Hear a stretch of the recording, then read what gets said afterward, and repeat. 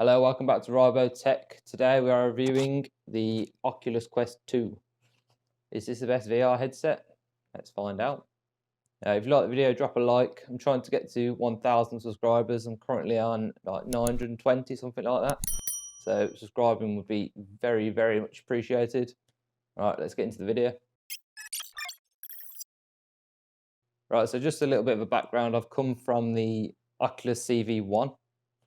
So I might make a few comparisons back and forth between the two.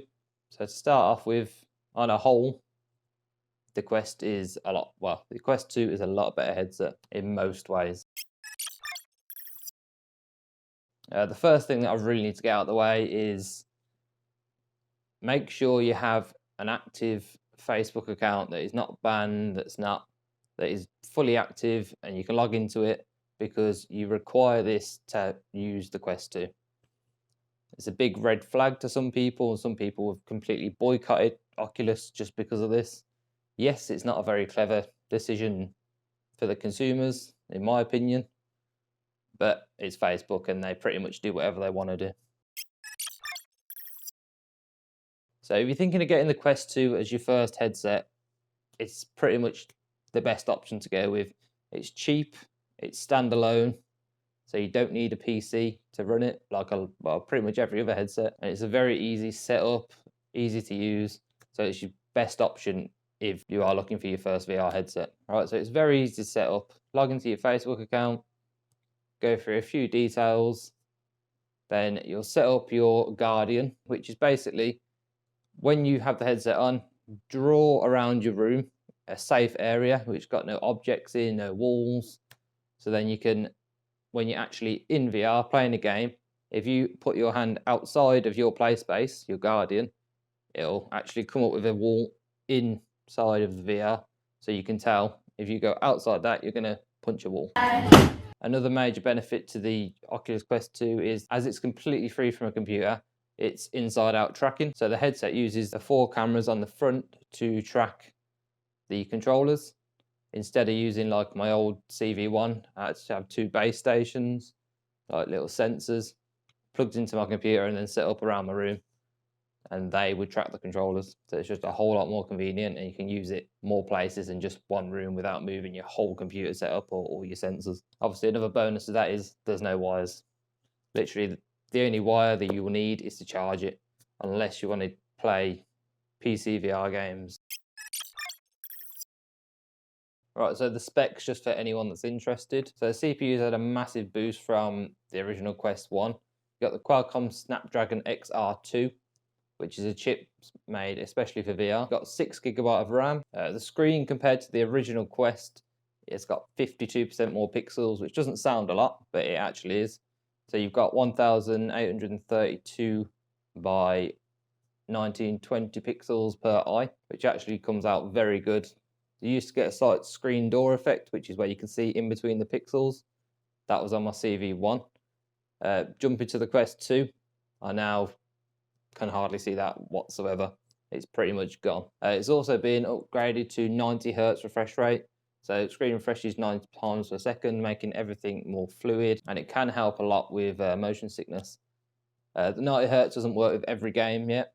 Obviously, the more frames it's pushing out per second, the more processing power it takes. So some of the more heavy games might still run at 72 Hz. But I have just made a video on games that have been updated for the Quest 2, which developers are slowly updating their games to enable extra features for the Quest 2 and the 90 Hz refresh rate. The battery life on the Quest is not bad, to be honest, considering what it's having to do. It's having to track with the cameras, it's having to run the game, it's having to run 2 screens. But you averagely get, depending on what game you're playing, if you're playing a very heavy 3D game with lots of stuff going on, or if you're playing a lot simpler game, really depends what game you're playing, you on average get around 2 hours. That's what I've been getting, but there are ways around that, like the Elite head strap with a battery, and also there are third-party head straps as well. In terms of speakers, they're not as good as the CV1, because the CV1 had these actually like over-ear, like dedicated speakers that actually sit on your ear, and pretty immersive. If you've got them on a good volume, you can't really hear anything else around you. The Quest 2 speakers are built into the actual sort of like strap / headset itself. So they point like more at your ear, so they sit around here. If you've got them loud, they're not too bad, but it does definitely mean that everybody else around you can hear exactly what you're hearing. So don't do anything naughty. If you don't want everyone hearing what you're hearing, or you want to be more immersed, you have got the headphone jack, so you can plug in headphones there, whack them on, then you're golden. Right, so in terms of the tracking, as I said earlier, it is inside-out tracking. So use cameras to track the controllers. I was slightly worried when I first got it. People were saying, oh, your controllers fly off in game, but I've not experienced any of that. I've played a good amount of hours on it now. It seems to track pretty much perfectly as far as I'm concerned. I played Beat Saber quite a lot. I can play expert, so I'm not amazing, but I can play, it's pretty fast gameplay. As far as I'm concerned, it's exactly the same as playing on the CV1. The only thing that, a little tip you need to know, make sure your area is well lit, because obviously the cameras need the light to track the controllers. If you're in a dark area, it just won't have any chance of tracking them. Right, so if you didn't know, the Quest can also be used as a PCVR headset. So it pretty much eradicates the need for my CV1 now. It's pretty much useless, but that's a good thing because the Quest 2's got a better resolution and it actually works perfectly. So the official way is to use the Oculus link cable, but do not buy that. It's £90. I've bought one for 20, I think it was £22, and it works flawlessly and is actually longer than the official cable. Also, you can unofficially stream your games wirelessly from your computer to your headset. So that's using virtual desktop. I think it's like 11 or £12 on the Quest store. So it is unofficial, but it does work very, very good. So as long as you've got a 5 GHz router, it will work pretty much flawlessly, as long as you've got a very strong Wi-Fi connection. So ideal situation is have your router and computer in the same room, computer plugged in via Ethernet, and then play your Quest in that room as well. So you get your Quest close to the router as possible, and it will work pretty much as if you're playing with a wire. Controllers, these are the Quest, these are the CV1. I think the build quality isn't quite as good as the CV1, but then again, I did pay £600 for the CV1 and £300 for the Quest 2, so take from that what you will. They're pretty much just a beefed up version, and then the ring flips around, obviously so the cameras can see the ring easier from your face or from the headset. They just feel slightly cheaper quality, but I've read on Reddit and heard from other people, you can smash them into a wall. Most of the time will stay in one piece, hopefully. And there was an issue with the Quest 1 where this battery cover kept flying off. Apparently that's been fixed now. I haven't had any issues with it, but obviously I didn't have a Quest 1, so I can't tell you exactly. But yeah, it's been fine for me. I haven't had it fly off once. Comfort-wise for the headset, this strap, it's really not the best. I understand it's probably for cost, which obviously making a elastic strap is a lot cheaper than a full plastic one with moving parts and everything. It's good for about half an hour. Then you start to feel the weight of the headset on your face a bit.